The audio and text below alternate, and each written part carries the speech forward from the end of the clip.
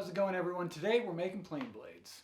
All right, so first things first, I'm gonna make a crosscut sled for the bandsaw. Now, certainly this is not at all required. I'm taking this extra step because it's gonna make it easier for me to make repeated cuts because I plan on making a lot of blades.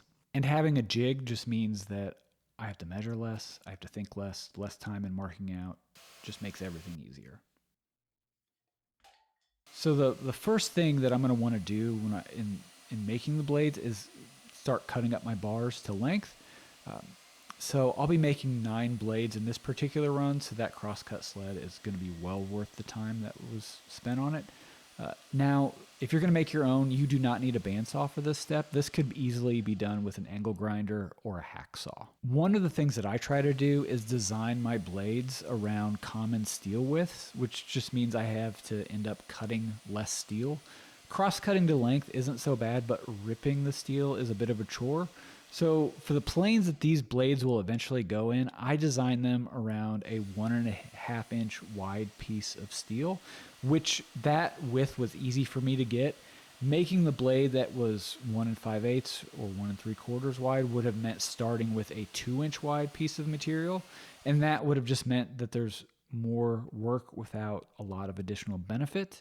Now, when it comes to steel choices, there's a lot of options. So blades can really be made out of any kind of steel that's capable of holding an edge that can stand up to work. So that could be 1095 or W2 or A2 or high-speed steel. But 01 and 1080 or 1084 are probably the most accessible in terms of ease of heat treating if you were going to be DIYing it, but I'll dig into the heat treating in a little bit. So now the back sides of these blades, they're gonna need some shaping, and for this, I'm just gonna go for a curve. You can pretty much do anything you want. So for example, Stanleys have a coffin shape, I would say. Hawks are pretty flat with just rounded over corners. I found that the diameter on a hose reducer for a shop vac had the right amount of curve that I wanted, and so that's what I went with.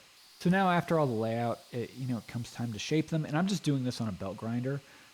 This could have also all been done with a file. So now after the back is done, I'm going to turn my attention to the cutting edge, and I'm doing a rough grind before I do any heat treating. Grinding post-heat treat could end up destroying the heat treat if things get too hot. And at the same time, I don't want to take that tip to a sharp point yet because that could end up burning in the heat treat. And so I'm going to leave the cutting edge at about a 1/16 or so of an inch thick. And again, this could all be done with a file or an angle grinder. One of the things that I've been experimenting with is forging in my bevels. I like it so far, but figuring out how I'm going to incorporate that into my workflow is still something I'm wrestling with. So I'm sure that'll make it into a video somewhere down the line. And then the last step of the grinder here really is just to make sure all the burrs are removed. I'm just doing that on a Scotch-Brite belt. Again, you don't need anything fancy. You just do that with a file. And I'm not worried about taking the blades to any kind of polish at this stage. I'll save all that for post-heat treat. So then the blades are stamped with my maker's mark. I'm doing all this cold. You could also do this hot. In either case, you want to do this before the heat treat.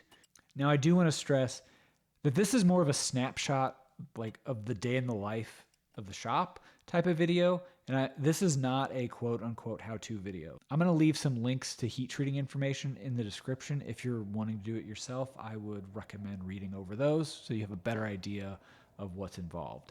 Now, admittedly, I'm glossing over a lot of information because again, I don't want to make a how-to video. I'm just really trying to document my process. So now it's time for the heat treat. I'm going to go ahead and do this in the forge, but this could also be done with a plumbing torch or two and some fire bricks. So now, like I mentioned earlier in the video, 01 or 1080 and 1084 are probably the easiest steels to heat treat when it comes to simple setups. With these steels, I find their performance to be pretty similar, and so that they hold up well and they're easy to get back to sharp quickly. Now, the general idea when it comes to heat treating is to heat the steel to the point where it's non-magnetic, dunk the steel in oil, and then, bake it for a couple hours, usually at around 400 degrees. This works very well for the 1080, 1084 steels. Those respond well to a low-tech setup. There's a very wide bandwidth for success in heat treating the 1080 family in this way. Now with 01, things are not necessarily as simple. According to the woodworkers, you can heat treat O1 in this way. However, if you're going to listen to the knife makers, you're going to want a more sophisticated setup for O1. Ideally, using a heat treating oven where the steel would be preheated, then the temperatures increase, and then the blade is held at that increased temperature for a number of minutes, maybe up to a half hour. Then it's quenched in a medium quench oil. Then you temper it for a couple hours. But if all you have is O1 and a plumbing torch, you can make a blade that's going to hold an edge. So now it's time to get the blades sharp. So I went ahead, I'm going to go ahead and flatten the back. Again, you don't need expensive equipment for this. This could be done with stones or sandpaper. So I'm going to start this on a disc grinder, and then I'll refine it with stones later. And it's also time to finish grinding the bevel and making sure things can get sharp. And if you don't have stones or sandpaper, then you can always just use a Tormek for this. So, and they work. So for testing purposes, I do a straight grind with a 25-degree bevel. 25 degrees is about as low as you want to go for a cutting edge on a hand plane. So I'm going to make sure it's going to work at that low angle. And so for testing purposes, I test on both long grain and end grain. And I want to make sure that the entire width of the blade can pull a shaving, and it can do so without deforming or chipping.